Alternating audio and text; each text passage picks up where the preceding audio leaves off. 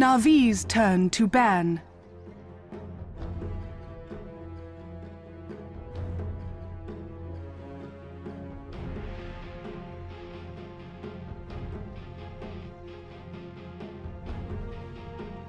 Ten seconds remaining. 5 seconds remaining. Welcome back, everybody. Here's your coverage of the grand final for Na'Vi going up against Cloud9 here for the D2CL. I'm your host for the English live stream, Toby1, bringing you into game number 3. And without any further ado, into the draft we go. And I welcome in the man who helps us make sense of the debacle, which is normally our drafting section. It is my co-caster for the evening, Cinder and Man. Welcome back to the game. It's at this point, I hope he's come back to the game. Oh shit, I was muted twice. Okay, there we go. You know what, you used to pull this off with style, Cinder, and 3 years ago it was like, oh no, I was just trolling you with silence. I've matured since then. I don't do stuff like that anymore. Really? I tried to pull a prank on April 1st and it actually, it kind of worked, but then it didn't. Did it like backfire? Like what happened? Not directly. I can't actually remember exactly how it happened because it was a failure, so it's actually out of my mind. I can't even remember. You block out the bad parts of your life, do you? Yeah, pretty much just blocked it out. Anyway, There's too many ways I want to try to transition into the draft from that statement, which is really difficult, but we're going to You try could to block do it out like a band, Cinderin. Transition, accept it. What? Okay, now what I can tell you without a joke is that Lycan and Naga are, once again, not going to be a part of the game. They've been banned in the first phase in the previous 2 games. They're going to be banned again. Visage and Ember, though. Visage and Ember. Ember was the one who was banned out every single time, but especially with first pick going to Na'Vi. But Cloud9 might be fine with that. They get double pickups when they come back. There's no reason why they can't just let it go through and say, well, we can always just go for like a Doombringer in the first 2, or run something else they want to. It's, yeah. I'm wondering if Cloud9 want to play with fire, quite literally. And the answer is no. That answer was, but then again, they still do. Yes. They're gonna have to. Different type of fire. This one comes out the rear of a bat.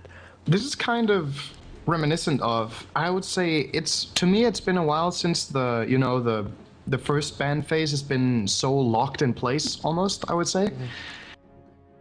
I feel like just a month ago, it was much more different from game to game what teams would do. Also, during the individual series where the teams would know each other really well. But in this one, it's just so locked in place what they're going to ban every time. It kind of only feels like for teams which have very similar pools, though, this kind of thing happens. Like, you battle up against a team like Roxkiss, and you're banning Dazzle and LOA in the first set.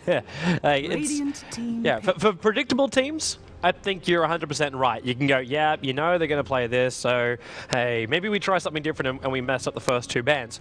But yeah, for teams like Na'Vi and C9, which seem to get into a very, like, I want to say a rut, but they definitely have a rhythm to their draft, yeah, I'm 100% with you, man.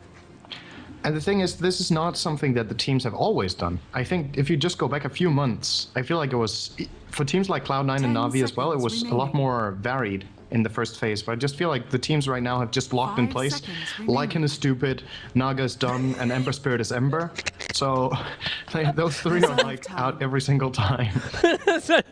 Sorry, I just got this image of like cartoon versions of these here.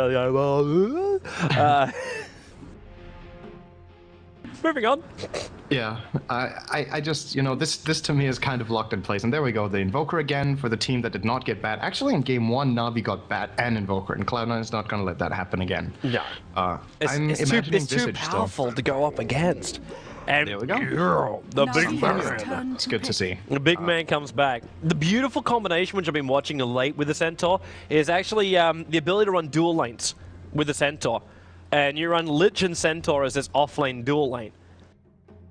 Now, I would challenge you to find a way where you can actually beat a Lich Centaur off-lane. With 3 heroes? But do you want to commit 3 heroes when you could have something like a Drow Ranger or an Anti-Mage or someone else down the bottom lane causing, like, getting huge amounts of farm that you just can't deal with?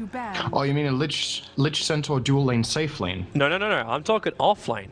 Lich Centaur, I mean, tri-lane safe lanes are still really common. So if one team runs Lich Centaur offlane and the other team runs a tri-lane and uses the jungle to their advantage, I think you're still going to be fine. It's definitely a pretty good offlane because obviously Lich just by himself is a good offlaner by constantly getting experience from dragging the creeps, and it enables Centaur to come online a lot earlier. Yeah, in that sense, it's really good. It also brings Lich into the game a lot earlier too, because the way the sacrifice works now, you find both Lich and Centaur peaking at the same level as whoever is your solo hero on the top lane. Because you're right, you have to go solo against it and grab yourself a jungler, because it's the only way you could try and upset the balance that's there. Because you're running with the dual offlane, you're able to run 3 cores, farming at a good rate. You just need a favorable matchup in mid, and then a safe lane hero who has a support which can help him out in times of need. And that's all. And you've got 3 cores that will all be getting farm in the lanes almost as a guarantee. Because Centaur, the reason why we won the trivia in the last game is because Centaur is just that hero which is so difficult to kill. You just get him on a stout shield, hope he gets a couple of some good blocks, and he's away to safety no matter how much you've really got to lock him down. And now you want to try and go Bleach Seed potential. Remaining. It's possible you could slow him down, but you need more DPS to get through that Centaur. And already when you see a trend, I think Centaur is going to get some stuff. Why is that Doom being? I got a feeling that Cloud9 are playing with the lanes here, and that's not a Sing Sing Invoker. And you know what? Do you understand why I'm feeling this? Because they banned the Doom that he would have played? Yeah, I'm thinking either it's because they're thinking about Bone Seven's Puck, or they're thinking about a Storm Spirit coming out to Sing Sing. So far. Which then puts Envy into the Invoker on the bottom lane, Centaur up on the top. Envy will play a safe lane Storm if they get it, I think. And they will keep the Invoker mid. I think the reason they're banning Doom is because Na'Vi has the next pick and they're setting up for a particular hero. But which hero it is hard to say. Doom is kind of like the hero that, we want to counter a hero, we pick Doom. This hero just counters absolutely every hero in the game when you think about it. But that's what he does. That's all he does, pretty much. And if you itemize against it, or if you play a specific lineup, maybe you can set it up. And Na'Vi will be giving away Dazzle as a result here from banning the Visage. They don't want to play against that again. I can understand that. But I don't know why this Doom is banned, to be honest. I'm not sure what the plan is. It could still be a Spectre for Cloud9 here. Doom is really good against Spectre. It removes all the passive effects while you're doomed, so you can't reflect damage, you can't desolate. 10 seconds remaining. I think I saw this game.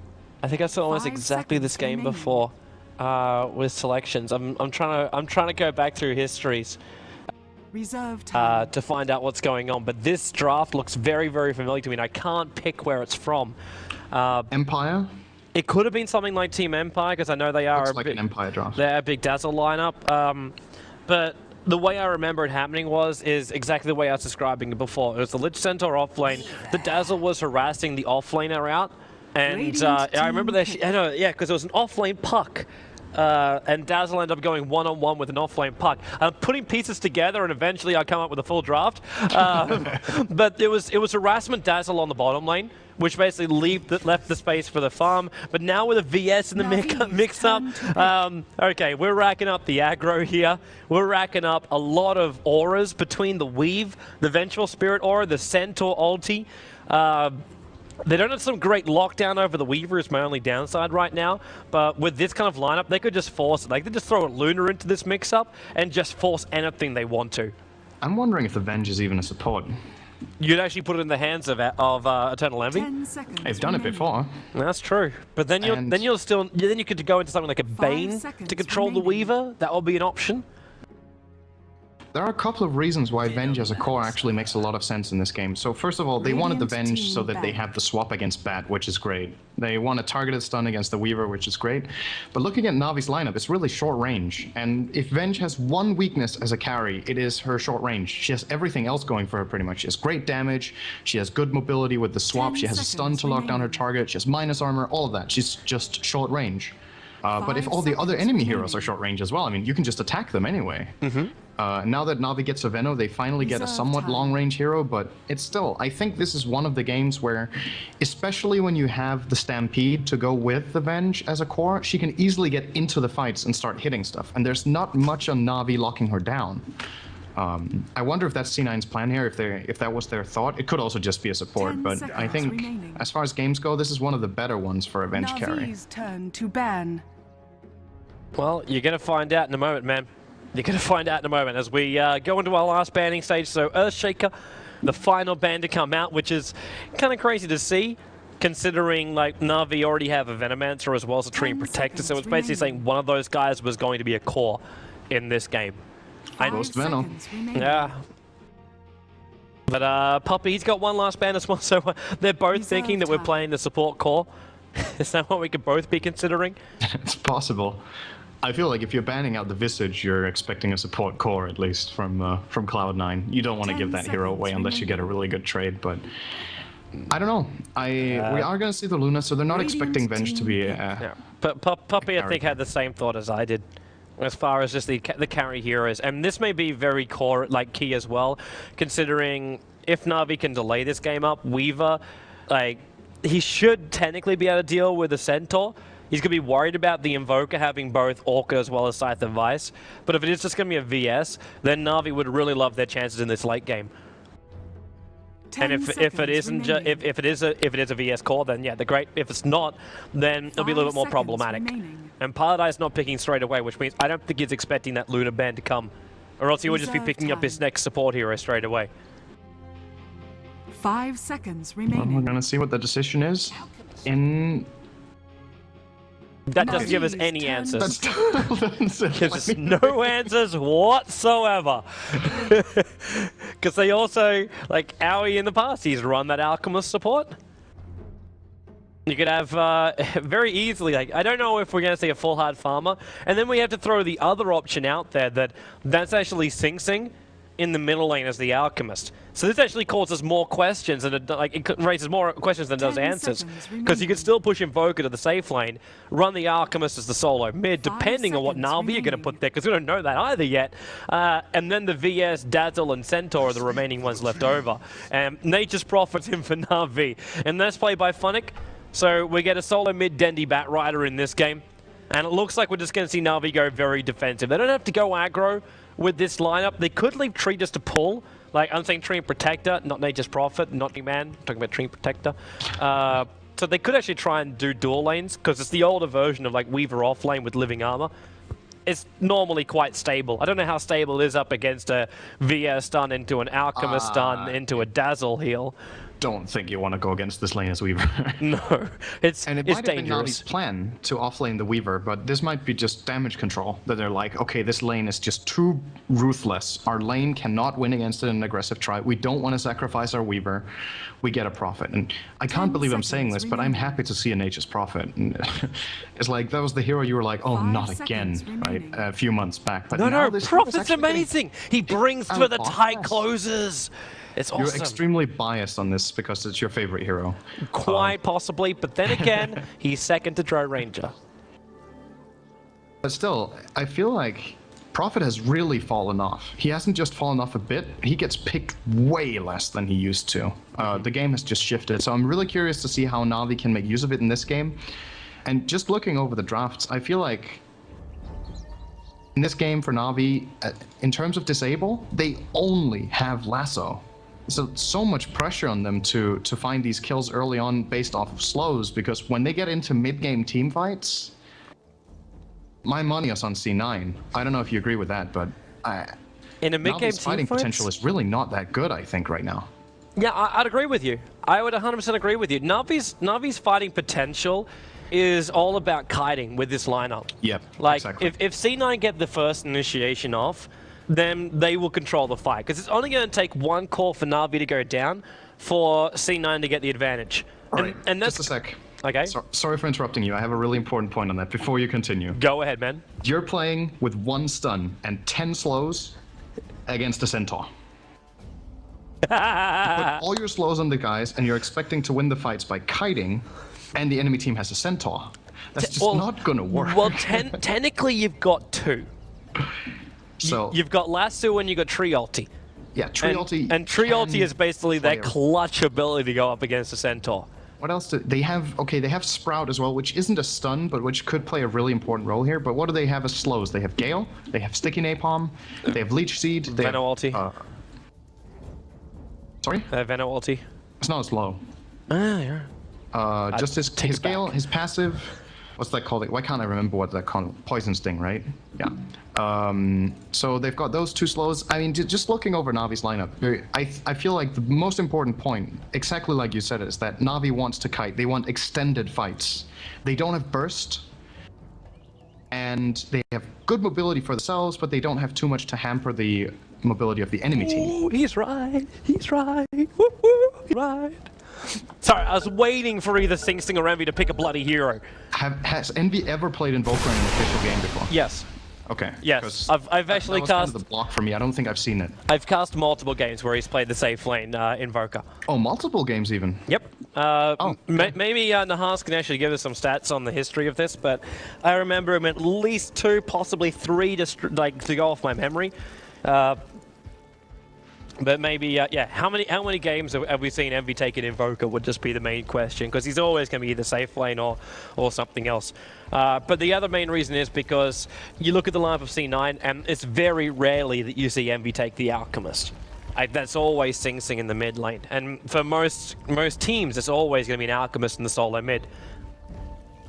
And I like this ward from Pylai Die, a little bit deeper down, like just next to the tree line, so it's not something which you'd easily be able to counter, but it's going to watch the rotations from Na'Vi when they finally go down this hill. And it still sees the rune. Yep. 30 seconds It's really good. to battle. Yeah, just mixing it up. I've seen this ward used before, at least not very frequently. You generally place either this one, or this one, or this one, or this one. But that new one here, I won't call it new because it's been used before, but it's generally used very little. And the good thing about this ward is that the way you'd usually sentry this area is by putting a sentry. Why can't I draw anymore? Did I get draw banned? I don't think you can get draw banned, man. This isn't The Reddit. battle begins. What? Okay, I can't draw in the water. No, I can see. You're drawing in the water. You're drawing right Sure. here. So you could de-ward right here. Or you could also throw a sentry ward up in this little area here, too, which checks out your other camps. Something is really weird with my drawing tool. Whatever.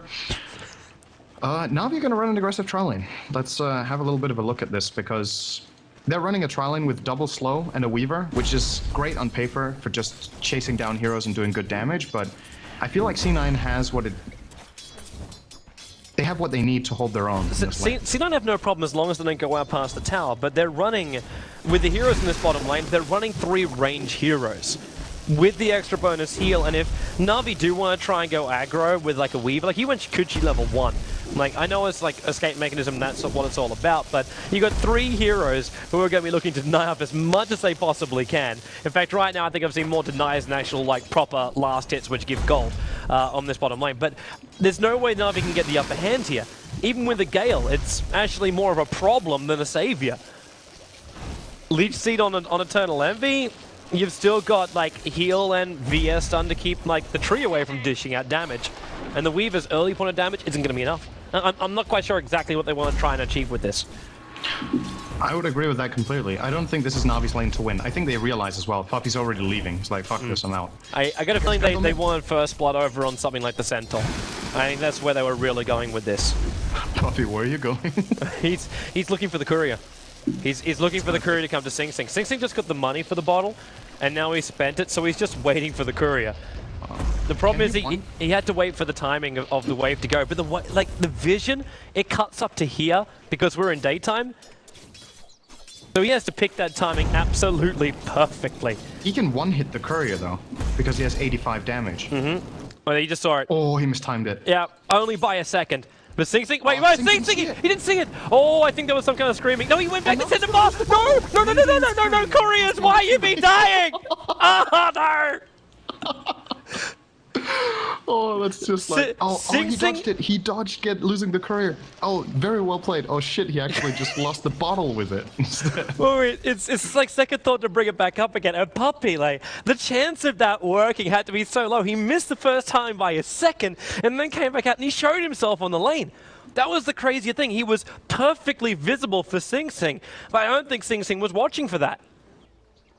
Like, he was too busy, like, thinking, oh, I gotta stack my camp down here on the side, I gotta do something else. Like, how did he miss that? Why can I not see myself drawing on the map? This is pissing me off. Okay, do you see this circle? Not if you're drawing it on the map. Okay, great. Do you see this ping? Hang on, I just saw your half circle appear across the mid. What? I didn't draw one there. You drew one. I don't know if you can see me. You drew that. Yeah, No, that was Nahas. I'm seeing Nahas drawing, but it appears. Going crazy. Do you see this ping? Yes, you're pinging back on this point. If you look at that tree line there, he was basically between the two trees, and the courier has terrible vision in itself. So I think he just didn't get spotted by the towers, and he could see the courier, but they couldn't see him. Does that make sense? Yeah, because the vision when she had, like, when this game is finally resumed, we could draw the line for it. But his field of vision came up this direction, so he saw the courier, but the tower's line of sight, it cuts on this line here. Yep, exactly. But when he came out to go for that courier at the last point, he visibly walked out. He visibly walked out. He was spotted by the tower. It's also just possible Sing Sing didn't react fast enough. I mean, who expects a Treant to walk in and snipe the courier? I don't think anybody does, man. That's kind of an unusual courier killer, if you will. In the meantime, we should also have a check up towards top lane. Bone7's up here having some fun farming, and Funny's trying to keep his trees away from him because it looks like he's feeding a couple of these trees just from the return damage. This is a Centaur with 16 for 3. He's got 16 for 3, and now he's dead. He's a dead Centaur. He's hard to kill as it is, but with a Centaur stomp, the Leech Seed will just drag it out of him.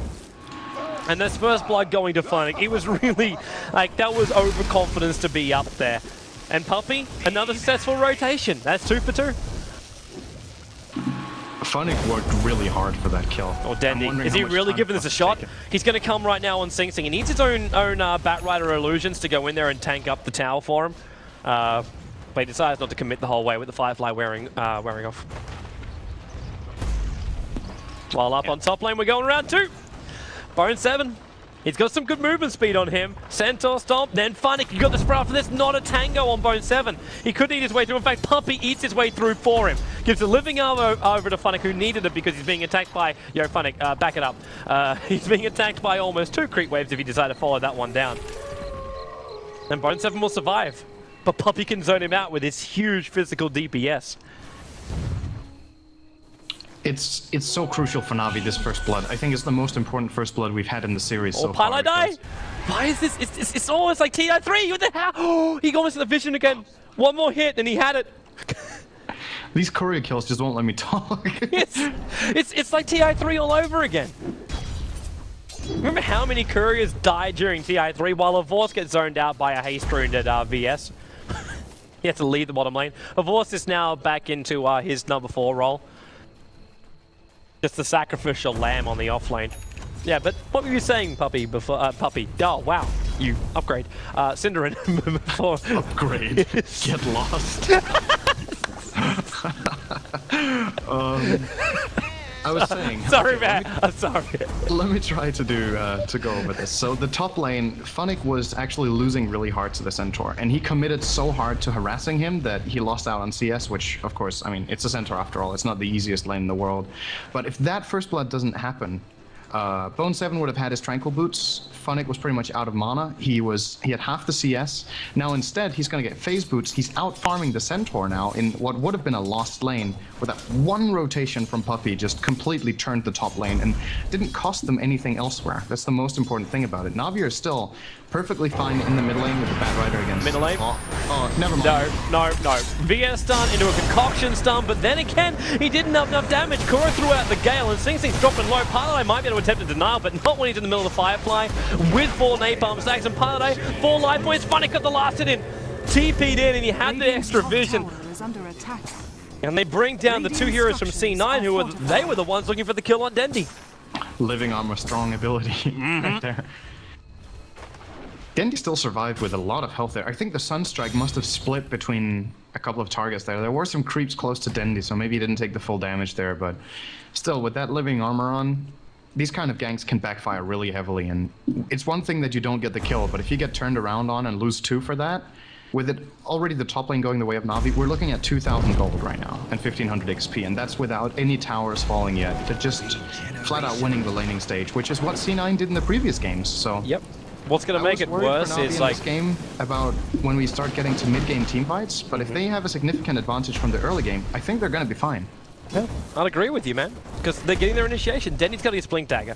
He's farming up this last little stack down here, but that's his Blink Dagger. We have a sub 7-minute Blink Dagger coming in for Dendi with that kill in mid. Yep. And then Kuro... 653. I wonder if that's close to a record, actually. That's... It's not a record, but I think it's in the top 5 fastest times I've seen. Well, it's pretty damn fast, man. 653 with boots and 3 branches. Does he have a bottle as well? Yeah, he was running bottle. Yeah, wow, he has a bottle too. Okay, that's really early. And then you give extra money over to Kuro too. They just gave him space in mid lane to farm up. Like, I know it's only a 6 last hits, but it's still something. But mainly because he's already picked up the urn. So they've now got a Venomancer who's got boots and urn. You got Puppy who's walking around with 3 levels, which is probably just as important for any kind of tree, considering our last tree we had on that. So yeah, it's looking good. You're right, being dragged back in again, but they can't kill him. With Chemical Rage, even with Gale, they can't kill him. They forced a TP reaction out of Pilot Eye, that's all they got. They traded that for Lasso, I guess that's fairly even. It was also with the Blink Dagger reveal too. Yeah, that's true. That's actually an important point. Yeah. And here's the concern I had for Navi's lineup actually being shown the first time in this game. They don't have burst. They only have damage over time. How the hell are they supposed to kill an Alchemist? How are we supposed to kill an Alchemist and the Centaur? And now, Centaur ulti, they just chase down Funnick. And he can't sprout on this one, so first stun, Living Armor, the Sunstrike coming in, that one will properly connect. Radiant's middle tower is Even under pushed attack. up a little bit further northwest just then, because then it didn't get hit by any of the treants that were also in the neighborhood. That's a very well-placed Sunstrike right there from Envy. It was actually close to missing, but that's what was perfect about it, was that it hit just on the edge, so the chance of anything else being split with it was very low. So, yeah. Very nice. The big thing is then his extra money. That's his Hand of Midas almost. Yeah, that's true. He didn't get the last hit, though. That went to Pi. If he got the last hit there, he would have had the Midas, but he's going to get it in the safe lane regardless now. He gets to be a team player. He gets the assist point. That's fine. But, okay, Havorst. Okay, Havorst. He actually does a lot of damage to Owie just then. But Owie just do a quick zap heal. As the Ancients start getting stacked up too. And this is where you're starting to see like the Alchemist in the mid skyrocket up in levels. Because he's just farming up the Ancients while Pilot Eye now is going to crack his level 6. Or almost. He's 4 experience points short. But on bottom lane, Eternal Envy's been initiated on. That's one way for Midas, but then again, he bought both the rest of the Midas and the TP scroll before death. And now he may have to shovel a grave this one. Avorce's damage is a bit too much, and Funnick, well, he's going to come in here. That's a nice heal burst damage onto Avorce, but then the damage is time-lapsed out. And Avorce gets himself a double kill, while meanwhile, it looks like Alchemist gets a return kill on Kuro, but Kuro kills off VS. The tier 1. It looks like it. How the hell did that happen? It's only a level 1 Gale Radiant's too. bottom tower is under attack. How did he kill someone with a level 1 Gale? I don't know. I think there might have been some spill damage from the Wrath of Nature from Funnick from earlier that went on the bottom initiation. So maybe Venge was kind of low when it happened, but then he could still come a in really with surprising poison. kill for me. And Na'Vi up to a really good start in this game. And I've kind of said this in the previous games as well, that there's been a lineup that was more dependent than the other one of getting into a good mid game. I think this time around, I feel like Na'Vi was the team that really needed a good early game. Boy, did they get one so far. 4,000 gold at 10 minutes. It's okay experience. The one hero, though, I'm still interested to see... goodbye, Dendi. The one hero, though, which I really want to see the transition come for, like, Dendi's going to go in, he's already got Blink Dagger, that's fine. He'll get into a decent timing for his for his Force Staff. Funnick's off to already a decent start. Not amazing, but decent. But my main hero I'm looking at for Na'Vi is Havorst. This is a guy who needs to get up and running as early as possible. Like, if you don't have that Lincoln Sphere plus Desolator up on him, you're never going to have your physical DPS. You talk about burst, if he can get enough physical DPS, they'll be okay to get through both Alchemist and Centaur. But in the meantime, what are you trying to get? Like, you get Disable and Control coming in from Dendi. That's a nice little thing to have, while Aoi may get soloed up right now. Quick heal. He needs more help. Avors, if he commits on this one, the dust will go. Paladai with a stun, but he's already got the kill. Sunstrike perfect from Envy. They sacrifice the support hero, but that's worth it for me, because killing off this Weaver, you shut down his farm, you shut down his damage, and you remove all physical DPS from Na'Vi beyond, like, Nature's Prophet. He's the only other one that can give it. That's easily a good trade for C9 there. You generally always want to trade a support for a carry, and I think if Aoi was a little bit faster on his fingers there, he might have even survived that. Didn't manage to get the Grave off in time, but he had to do a lot of things at once. He had to dust, he had to heal, and he had to Grave, and he had like a very short time frame. So Sing Sing's in trouble. it is difficult. Oh no! Dendi! He's got someone against melee creeps. He's going to get stunned up. Sunstrike's a little bit off target, expecting him just to walk up straight north, but he blinks in and lassos a creep. I don't know if that was just shift-click wrong one. But I don't think Sing Sing would have died anyway. well, his Chemical Rage is wearing off, and they had the extra support coming in from the side with Kuro. They still need to get through 1,000 health, but they just don't have the burst for it. And C9 could have TP'd in, or they could have used... I guess Stampede was on cooldown, actually, so maybe they could have got that kill. But I feel like still, Na'Vi being ahead 7-4 and now only 3,000 gold... I feel like if you're a Na'Vi fan here, you're a little bit worried, to be honest, because... it's a good start, but is it enough? I'm still being really skeptical about it, because I'm still looking for that point where I can just be like, okay, this is looking great for Na'Vi. I think they need to itemize to fill up for some lacks that they have. They need a Hex on the Prophet. They absolutely need it. But then again, if you get the Hex on the Prophet, you've lost your DPS. Yeah, and Havost is going BKB first, so he doesn't do damage either. Yeah, this is I'm not going to say a stop. He kind of has to. I'm not going to say a stopgap measure. It's just the faster way of doing it. So BKB into the Deso as opposed to Lincoln Sphere into the Deso. Because I suppose, like, what's really going to help him? BKB or Lincoln's more? Like, the immunity is going to help top him. lane, Bone 7. With Sunstrike as well, and the double edge, he needs 2 more hits. And Avors is now going to come in here, but they've got to be careful about the damage. You wait for the return, there's no extra support coming to Bone 7 here. And Shikuchi down, Prophet ulti, the damage is there. Bone 7 trying to go for the hoof stomp, but it's just a little bit too late. And so is Aoi's movements, and Avors wants to punish him. He's diving in here with living armor, and he's still got time lapse available. So he can go balls deep on this one. And Aoi, a quick weave. He's going to have to shallow grave if he wants to survive this, and actually he does it at the same time as Avors time lapses out while in middle lane. Then he's gone a little bit balls deep. Sunstrike, perfect positioning. Able to hit the entire damage over on Dendi, while Pumpy gets the Howl as well as the stun. Sing Sing, he needs more damage, but Pumpy living armor, and they caught him inside the Sprout.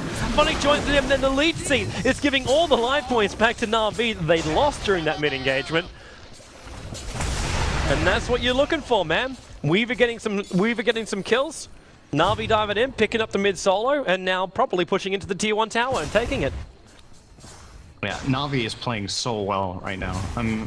I'm pretty impressed by how well they've organized this early game, where they knew they kind of had to make it work, and they've really made it work. And they're just taking so much control. Now Pi is... oh, nice dodge on the Gale. He might live now. No, there's too much control coming out from Na'Vi, and then they can go in again. Avor's time lapse is up in 6 seconds time. You know he's going in for this. There's no shallow grave. It's on cooldown for 4 more seconds. So Avors gets the kill. He can time lapse out. The Sunstrike from Envy was looking for a poke. Couldn't find Avors. And now the tier 2 tower is getting pushed out by trees, catapults down to half-life. Centaur ulti, Concoction's done. Sing Sing, he never got it off. The Gale will fly, now he gets it on 2 heroes, both Kuro and Puppy underneath the acid spray as well. But there's no follow-up. That's why he didn't want to just dive in too deep. Concoction outside the acid spray meant there was no chance for a kill. Then Paladai comes back. Puppy, is he looking for an opening here? It looks like it. Leech Seed, he needs to use that one to slow down Paladai. Now the Weaver's managed to hit on 3 heroes from Na'Vi, but Sing Sing, Concoction's done, into the force. They need his burst damage, but Lasso is dragging Sing Sing back out here and way too far away. The Force Staff gives him the space. Centaur might be able to kill the tree in the meantime, but Sing Sing, Shallow Grave keeps him alive. They swap him further away because they had to get him away from the Plague Wars, but then Bone 7, they body block him trying to get up. At the same time, Dendi jumps in. Flame Break will kill off Sing Sing here. But there was a quick pause, and the funny thing is, this was from Havorst.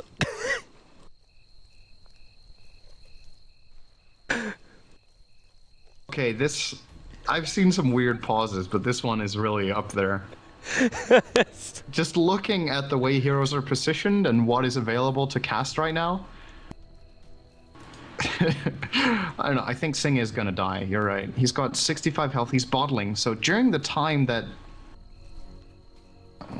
he might actually live, but it's gonna be really close if he lives. It's rough, he doesn't have one charges up either, and now Dendi, yeah, Flame Break more than enough damage, and then they turn on Dendi, however, so he sacrificed himself, Bone 7 low on life, a force coming down for him, able to Shikuchi through the dead corpse.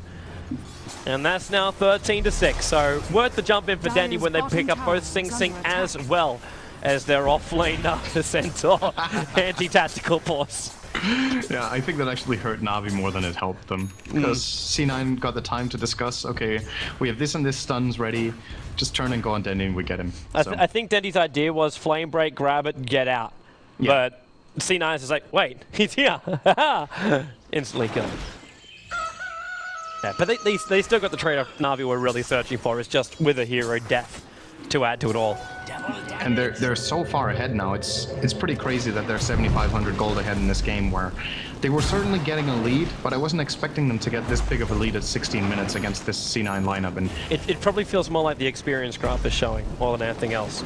Like that one kicks down, kicks up, kicks down. That's what it felt like. That's the feeling you have if you're the players on C9. I don't think you feel the 7,500 gold, but if you just look at the map, you might realize it. You're 3 towers behind, Na'Vi's 7 kills ahead. I guess Na'Vi can actually do Roche whenever they want, pretty much as well. They're dire here.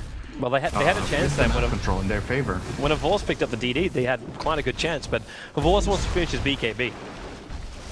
Like, he's still a couple of hundred short of it, but he's still missing his DPS. Like, the normal timing is 22 to 27. That's what we always say with a Weaver. When you go for a BKB, it should actually be like 22 to 25. You should have the BKB and Desolator finished. Right at this point, I'm not sure he's going to hit that window, because he's got no more injection of money. These towers are very difficult to bring down, and we are hitting the point now. I know Bone 7 doesn't have much on him. Like, he's got initiation with Blink Dagger and Tranquil, so whoop-de-doo-doo-dah. Like, once he gets himself some more tankability, he's looking a lot better. You've got Invoker, who's obviously, like, it's cost Exalt. We're not seeing, like, any kind of filter for him, but with 4 levels up in Acid Spray and the 2 points up in Chemical Rage for Sing, they've got a lot of stalling mechanisms, which lets C9 tank up and get bigger. And then in late game, you're going up against 2 really tanky cores. Funnick, nice jump in here. He's going to go onto Eternal Envy, who's running. Now the Sprout will be used. Force Up's on cooldown, but Pilot Ice swaps him out. At the same time, it's a big stump by Bone 7, catching out 2, pumping, looking for an opening somewhere. Bone 7's been dragged back in Shallow Grave. He wants to keep running, but he's in way too far over his head. Funnick actually gets a double kill with the Prophet bouncing through the Dazzle in the middle lane as well. The Howl comes back out to Kuro while the Force Spirits are going to work too. That's a lot of negative armor to add up, but there's no more potential for kills. I think this is Roshan now for Na'Vi. They have all the time in the world. There's 25 seconds in Centaur. Big abilities have been used, and I think there's nothing stopping them from just going there and taking it now. And with the BKB on Host now, this, you know, it's 18 minutes in. He was off lane and he was having a hard game, or not really a hard game, but he also wasn't getting that good farm. This is similar to the timing you'll see on a safe lane farming Weaver if he goes this. He will get it a few minutes earlier, but it's because he's 6-1 and 3. He's just been getting a lot of kills. They've taken the towers. This is just a beautiful game from Na'Vi. I don't really have anything more to add. Everything has just been going their way, and their rotations have been great. Yeah. And now with the Aegis Immortal, they're looking almost, I'm not going to say invincible, but they're definitely looking good. But C9, you know they want to fight. You know they want the big initiation now. They're going to try and use Acid Spray and farm up this Ancient Stack as quickly as possible before Avors gets his greedy little mittens on it. Because the more money he gets, like, he's catching up. With the BKB done, 1k gold, the window which I said I didn't think he was going to hit. After that, with 6 for 1 now on his kill count, I think he's looking pretty damn good. But I don't even think we should be talking about Host catching up. He's in the top 3. That's true. He's 700 behind the position 1 for C9 in this game. Maybe I am just underestimating his farm at the start. It's really crazy how much Na'Vi has been able to get here, and I think you're absolutely right. What C9 want is they want a fight, but Na'Vi hasn't been giving them that. The fights are always some sort of weird skirmishes where Na'Vi actually do get to kite, like you were talking about. I'm surprised that they were able to do it as well as they are. I think it's both. It's a combination of Na'Vi playing an absolutely amazing game and also C9 not grouping up exactly like they should have, because they just, it seems like they always get caught out, a little bit outnumbered. Na'Vi is just one step ahead every time and get the initiation and get the fight the way they want. Like Kuro's support Venom with a 20-minute X after like, what is this game? Holy shit. It's just a straight farm up. It's crazy, man. It's crazy, but this is what happens when you bring down so many outer towers and you got such a huge advantage. Kuro has a higher net worth than the Alchemist. Just to point that one out, for the mid solo, the support on the opposition has more money than this support, than this core. And now they're going to get even more. Tier 1 and Tier 2 tower will drop on the top lane. C9, they've got to know they can't defend anything outside their base. The only thing they can hope for is a trade-off, which means they're going to go through the Tier 1 tower in the mid and the bottom, but they've got to kill it, or else Tree's just going to bring them straight back up to full life. He's just going to heal up the towers, and this is why, like, C9, until they're in a position where they can roll through Na'Vi, I don't know if they can even claim a Tier 1 tower. It's a big problem if they can't. They're basically leaking gold right now. They lost 3,000 more there to Na'Vi, and you're right. They're just going to TP down with Dendi and defend it, so now they get 2 towers for nothing. They're probably going to go take the Tier 2 on bottom now as well, with Dendi already They're attacking Tier 3. Na'Vi's entered through the top. New army of trees. The Necro units are still up for a little bit longer, only 7 seconds, but it's enough to dish out half damage to this Tier 3 tower and a little bit more. Because with the catapult behind it, actually, they may even finish this off. The Necro units just disappeared, but it's a lot of damage, and they're coming back in again. Na'Vi want to finish the tower off, and then they're going to back up. Support from C9's coming back, and Dendi, well, he's found Eternal Envy. But Envy, 4 starts down, now the last 2 will go, but VS on the swamp, and there it is. He breaks Envy free, but he's causing up the Sprout. The Firefly will actually end up freeing Eternal Envy, but he is really injured, and he's already used his 4-star, so he's got no other way out of here. Centaur's died in the meantime. He got dragged out through the north, and Horse is inside the base, pops the BKB while the Magic Missile was in flight, so he's got Pylite die. It looks like Na'Vi's about to pitch a flag right on top of the C9 base. The buyback has to come from Eternal Envy. They cannot afford to lose racks up against this Nature's Prophet, and they know it, which means they must defend. There's no other choice for him right now. Meteorite on top of Kuro with the Cold Snap. He's 4-star down, but the Force Grid's still going to go to work, and there's that final stun coming out from Sing Sing. Now over to a Force. Eternal Envy, he's in trouble, but there's a VS stun. He's in range of the Tier 4 towers, and with no time lapse to Force, he's got Aegis. Why doesn't he need anything more? They're able to burn through more abilities, and Na'Vi claim melee, and now range racks on top of all of this. There's stuns coming out. They're looking to kill off a Force a second time. A living armor, and now a double Sprout. And Navorse, well, actually, he's stunned up by Bone 7 while being caught inside the Shikuchi and the Acid Spray. Bone 7 was able to kill off the Tree and Protector, but he can't stun anybody else up anymore. And Navorse is able to run himself away to safety while VS, what was he just attacked the Necro unit? He almost killed himself too. I think he did the math. He checked his health before he attacked the Necro unit, I think. That was really close though. Forced with indecision. I hope you saw that. He picked up a Reaver and then sold it straight away, and has now picked up the Perseverance. So, full defensive on the Weaver. This is Lincoln Sphere as well as BKB coming his way. I don't think he's going to finish the Lincolns. Well, he's only the recipe away, and he's got it. I think the game is going to be over before that. He's 1,000 gold away. I think Na'Vi now, they choose a lane and they go. And even though they don't have the Aegis on Havos, they have a 1 Rax advantage. C9's coming out to him, man. 20,000 gold ahead. They're not letting Obviously, Na'Vi... they don't know the numbers. They're not going to let Na'Vi take this one. Pylite die. He's just going to stun straight away. 4-star away gives Kuro some space with the double edge, but now they've also got to follow us on Dendi. Deafening Blast will have no effect because he's inside that BKB of his. And when the couple sticky napalm charges, he knows he's okay to get away. Well, they kill off the Venomancer at least. They did buy some time there, so maybe Havos does get his Lincolns. Funnick has a freaking Scythe of Vice. He's gonna have the money for it. This Creep Wave keeps pushing in through the top. He's got 3,400 gold after already having the Ultimate Orb. This is 24 minutes, and this is a very fat profit. He's almost got 1,500 net worth. 15,000. Sorry, 15,000. 1,500 would be definitely underfarmed. Else he would really the same goal as the Dazzle does. Wow, that's kind of sad. Hard game. Yeah. You know, if you look at the number of minutes, we're 25 minutes in, and you have a net worth of 1,600. You can do the math. You've used 675 gold per minute.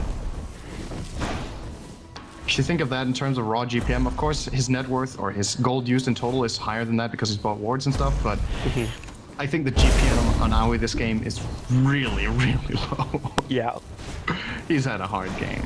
Looks like Paladai is now going to try and set up for the mid. They're going to use Centaur ulti to catch up to Kuro, but again, well, they got the movement speed, but he can't blink. He got hit by the Plague Wards, and then instantly living armor came from Puppey, and now he got caught out. He's got Weaver bugs on top of him. He's also a Piglet, and Funnick is able to put that side device to use already. And with the Dazzle down, there's no Weave buff up for C9. There's no Shallow Grave Savior.